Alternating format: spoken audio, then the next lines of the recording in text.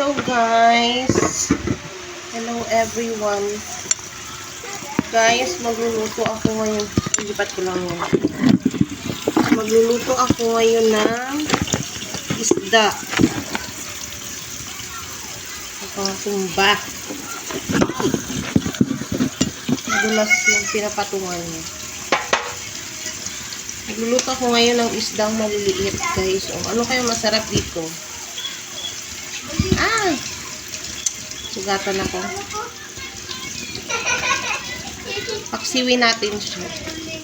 Wala akong ibang maisip na luto dito, kaya pinaksiw lang talaga siya. Natanggalan ko na siya ng bituka, guys. Ito siya, oh. Ituin natin siya. Hindi ko alam kung 1 kilo siguro to. 1 plato na siya lahat, guys. O, diba? Lutuin natin. Ay, alam niyo, masakit pa yung paa ko hanggang ngayon. Gawa ng pagka-disgrasya ko ng last week. Ay, naku. Ang tagal gumaling, sa totoo lang. Naiinis na ako. Gusto ko nang pumasok sa trabaho, kaya lang nga ang inaano ko, baka mas lalong nabugbog. Dito lang pag sa bahay, nabubugbog na siya, doon pa kaya sa trabaho ko. Na kung palakad-lakad ba ako doon, guys.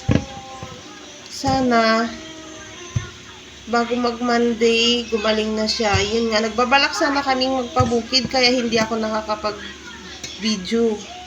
Ang inaano ko naman, pinoproblema ko, baka pag nagpabukid kami o nagbiyahe kami, sasakit na naman siya. Dito lang nga ako sa bahay, kumikirot-kirot na siya. Nakakainis. Masyado talagang abala kapag na disgrasya ka, kasi hindi ka makakilos ng maayos. Hindi ka trabaho sa bahay ng maayos, kasi nga iingatan mo yung damage mo. Sana ko na lang ito pinirito. Sana gumaling na siya. Ang kirot, tulad ngayon, malamig kasi dito, umuulan, nangungut-ngut siya. Oh God. Kaya ang inaano ko, sana maging okay na siya. Tsaka isa pa guys, alam nyo, nababagot ako dito sa bahay. Di talaga ako sanay ng walang ginagawa, na nandito lang, na nasa bahay lang. Ito ko yung may ginagawa ako. Paano ka nga naman makakatrabaho kung ganito yung kalagayan mo? Kaya nga pinag-pray ko na sana Monday makapasok na ako. Maging okay na itong paa ko. Lagyan ko siya ng mantika. Tapos wala na siyang laman. Asin. So guys, dami asin. Magalit naman yung kasama natin kasi dinamihan natin ng asin. Magic sarap. And then, gusto niya kasi yan may, pag nagluluto ng isda, gusto niya may paminta.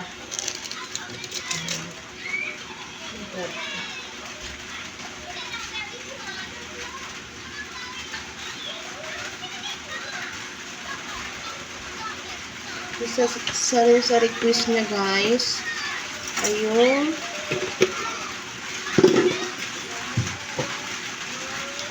toyo. Lagyan daw natin ng toyo yung kanyang paksiw.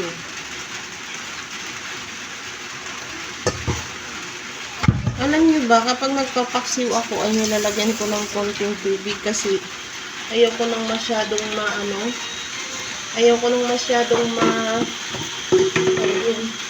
maasim. No? Meron ako ditong sili. Ilagay na natin ito lahat kasi na naihihinog na siya. And sayang din naman. Yan lang siya, guys. Simple. Diba? Meron na tayong paksi. Salang na natin siya. Kasi yung takip nito. Oh, okay. Hindi ko yung takip kasi pala nagprito siya kanina ng daing ng panghali. Pinakip niya sa kawali na isa. Alam niyo, yung nabili kong kawali na isa ang pangit. Kailangan kong bumili ng bago. Yung para siyang natatanggal yung tawag yun. Yung ganito, yan. Ang pangit niya, guys. Kasi nga, natatanggal yung parang itim na ito. Hindi ako nagagandahan sa kanya. Kaya sabi ko, bibili talaga ako ng kawali na yung siya. Hindi katulad nito. Parang siya, natutuklap. Pag dalahin ko na lang ito sa bukid. Hindi siya maganda dito. Yan. Palitan ko na siya.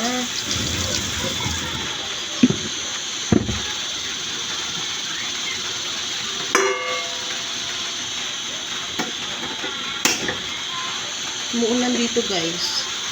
Diyan sa inyo. Umuulan din. Ang lamig ng panahon ngayon. Si Kevin wala pa na masada. Naghatid lang siya ng isda. Tapos, umalis ulit siya. Yun. Sabi niya, para pagbalik niya, ma-prepare ko na yung yung isda. Kain na.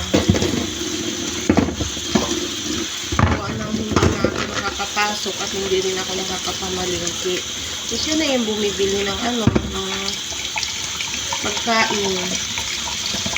Tapos, hinahatid niya na lang dito para lutuin ito. Kaya ko naman magluto. Ito nga lang. Katulad nga nito na tayo ako ng matagal. Mikirot siya. Sumasakit. Isa sa problema ko. Hopefully, maging okay na siya bago mag-Friday. Bukas. Thursday na pala ngayon, So, yun guys. Yun lang. Low bat na ako. Bye!